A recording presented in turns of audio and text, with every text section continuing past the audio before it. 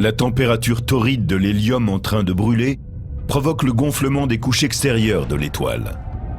À ce moment-là, l'atmosphère extérieure de notre étoile sera si peu retenue par la gravitation que cela débutera comme une sorte d'évaporation.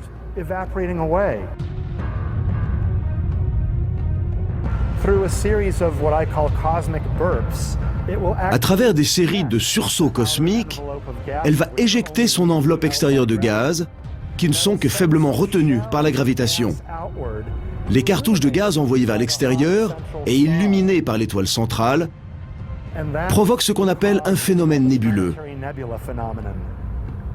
Ce sont de magnifiques obus de gaz qui brillent en entourant le noyau de notre étoile en train de mourir. Le noyau étant incapable de produire une autre fusion nucléaire, est-il possible de survivre à l'emprise destructrice de la gravitation? Quand une étoile de la taille du Soleil meurt, elle éjecte ses couches extérieures. Sans réaction nucléaire pour générer une pression extérieure, la gravitation l'emporte. L'étoile commence à tomber sur elle-même comme un grimpeur trop fatigué pour se retenir à sa corde. Il y a encore une possibilité pour le grimpeur trop fatigué pour tenir sa corde. Il peut trouver un rebord où s'asseoir. La gravitation pourra l'attirer tant qu'elle voudra, le rebord le soutiendra.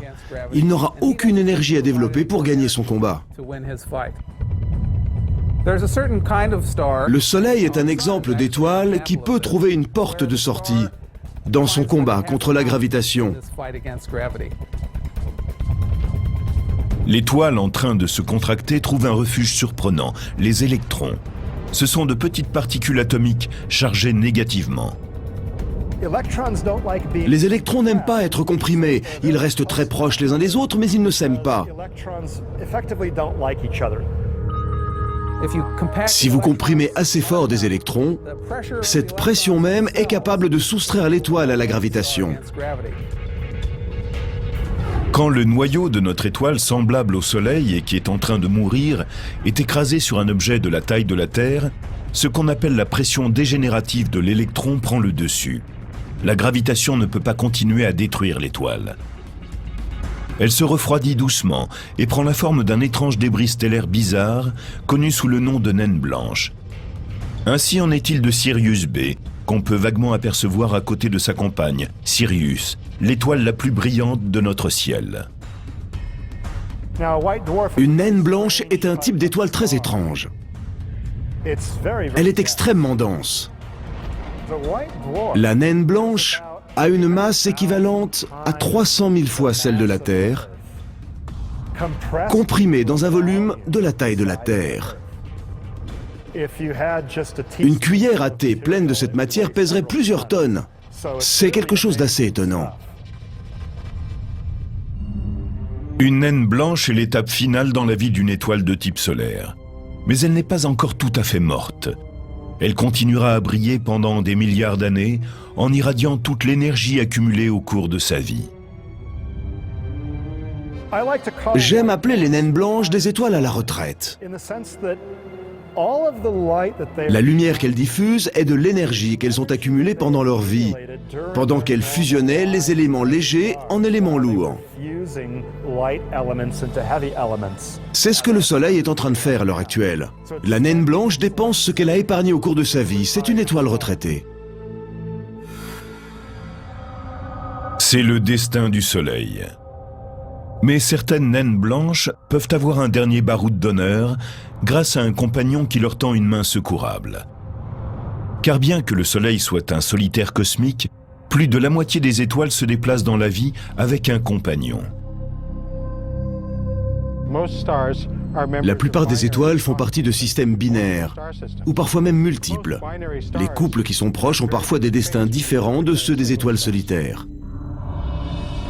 Si une naine blanche est liée par la gravitation à une autre étoile, elle peut voler la nourriture de son compagnon. La petite naine blanche, qui a une forte densité, exerce une poussée gravitationnelle telle qu'elle va pouvoir siphonner le gaz hydrogène de l'autre.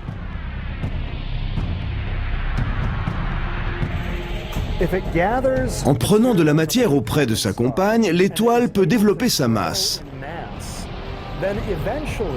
Mais celle-ci peut ensuite atteindre une limite instable, 40% de plus que la masse de notre Soleil. À ce moment-là, la naine blanche connaît une catastrophe.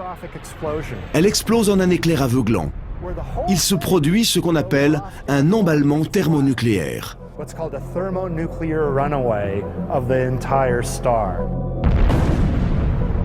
Cette explosion gigantesque est connue sous le nom de supernova de type 1. Si le Soleil faisait cela, ce qui ne sera pas le cas, il s'éteindrait de façon assez douce. Mais nous aurions besoin d'une protection solaire d'un coefficient de plusieurs millions pour nous protéger de l'éclair aveuglant.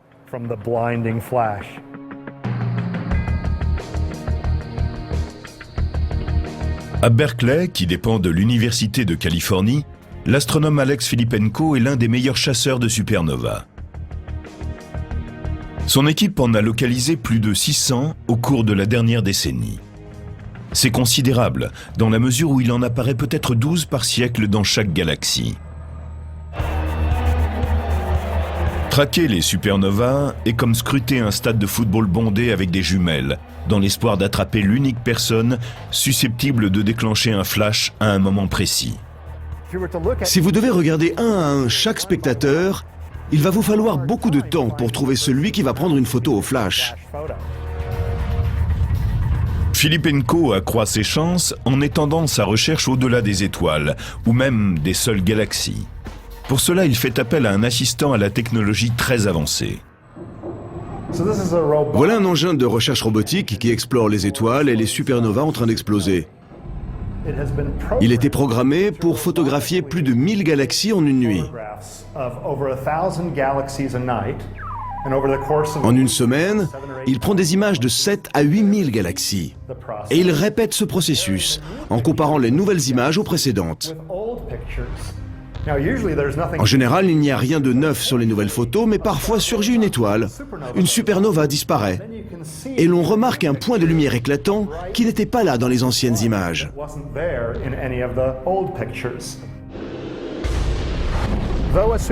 Bien qu'une supernova soit très brillante, sa lumière visible ne représente que 1% d'1% de son énergie totale. Un 10 millième de toute l'énergie émise pendant son explosion colossale.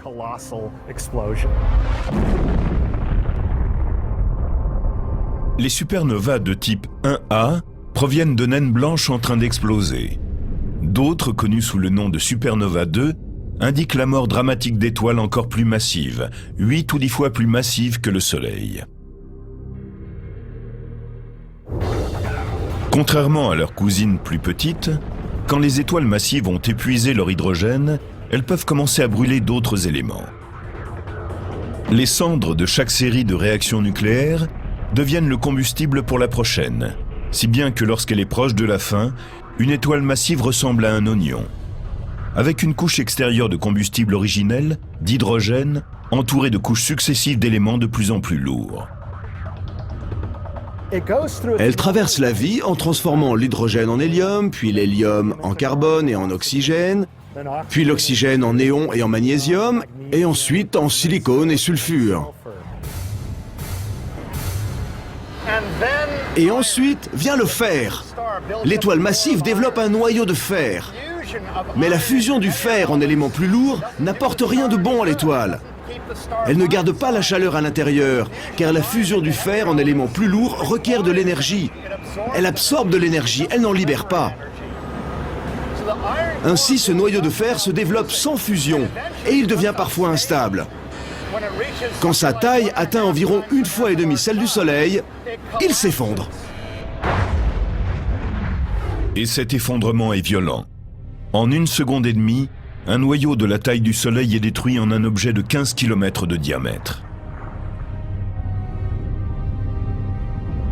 Pendant un moment, le noyau rebondit, se fracasse sur les couches extérieures de l'étoile et donne le coup d'envoi à une des explosions les plus massives de l'univers depuis le Big Bang. L'effondrement du noyau de fer disperse le reste de l'étoile au cours d'une explosion colossale. C'est vraiment un événement stupéfiant, incroyable. Les spécialistes sont convaincus que les supernovas représentent bien plus qu'un light show spectaculaire. En fait, elles sont la source d'éléments lourds qui transforment tout autour de nous. Tout le fer que vous voyez dans cette fonderie vient d'étoiles qui ont fini en explosions gigantesques. Tout ce fer vient d'étoiles en train d'exploser. Et tous les éléments plus lourds que le fer sont faits, directement ou indirectement, d'étoiles explosées. Ces éléments ont été éjectés dans le cosmos au cours d'événements démesurés. En se dispersant dans l'univers, la matière issue de ces explosions a produit des planètes, des lunes, de nouvelles étoiles, et aussi quelque chose d'encore plus extraordinaire.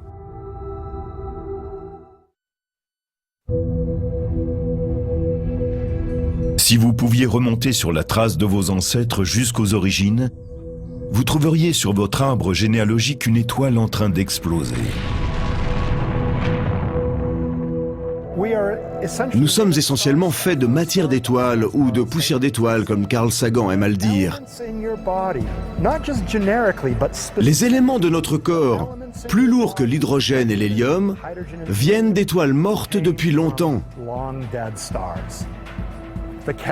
Le calcium de nos os, l'oxygène que nous respirons, le fer de nos os, de notre sang, le carbone dans la plupart de nos cellules, tout cela vient des étoiles. Il y a eu des réactions nucléaires, puis tout cela a été éjecté par la supernova. Et les éléments les plus lourds, le fer et ceux que je viens de citer, ont été produits par les explosions elles-mêmes par la supernova.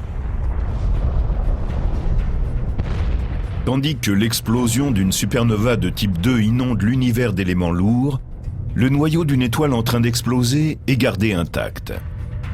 C'est la gravitation qui va se charger de le détruire. Mais pour cela, même s'il est plus petit qu'une naine blanche, elle va devoir vaincre une force étrange, la pression de dégénérescence de l'électron. La gravitation trouve un moyen de combattre la tendance des électrons à se pousser à l'écart l'un de l'autre, en combinant les électrons avec les protons et en les transformant en neutrons. On a maintenant un objet qui est presque entièrement fait de neutrons et la gravitation l'emporte. Cela permet au système de s'effondrer plus loin, il n'y a plus d'électrons pour arrêter le processus et la gravitation semble gagner. Sauf que les neutrons ne s'aiment pas les uns les autres et on finit avec un nouvel objet stable, encore plus petit, encore plus dense, appelé l'étoile à neutrons. Comparées aux autres, les étoiles à neutrons sont des cailloux cosmiques. Elles peuvent mesurer moins de 15 km de diamètre. Imaginez que vous preniez une étoile qui fasse 1,5 fois la taille de notre Soleil. Ensuite, vous comprimez toute cette matière en un très petit espace, de la taille de Manhattan. Vous venez de fabriquer un neutron. En pressant cette masse dans un si petit espace, on constitue un objet extrêmement dense. Une cuillerée à thé de matière d'étoile à neutrons pèserait 1 milliard de tonnes. Les étoiles à neutrons sont les objets les plus fous et les plus intéressants que les astronomes aient à étudier. Si un être humain se mettait debout sur l'une d'entre elles, il vivrait une expérience assez inconfortable. Si sur Terre il pèse 75 kilos, sur une étoile à neutrons, il pèserait quelque chose comme 10 milliards de tonnes. Notre système biologique ne peut pas supporter une telle pression, et l'être humain serait aplati à la surface de l'étoile. De plus, les étoiles à neutrons tournent sur elles-mêmes à une vitesse incroyable, des centaines de fois par seconde dans certains cas. C'est ce tournoiement rapide qui a d'abord empêché les astronomes d'identifier les étoiles à neutrons. Certaines étoiles à neutrons tournoient très rapidement et elles possèdent un champ magnétique très important. Ce champ magnétique, lié aux forces du tourbillon, produit un faisceau de particules chargées, des électrons qui vont glisser sur l'axe du champ magnétique. Une fois en accélération, ils dégagent de la lumière et produisent un faisceau très précis. C'est comme un phare, dont le faisceau couvre tout le champ qui est autour de lui. Mais vous ne l'apercevez que lorsqu'il croise votre champ de vision. De la même façon, vous ne pouvez voir l'étoile à neutrons briller que lorsque son faisceau est dirigé vers vous. Cet objet est appelé pulsar.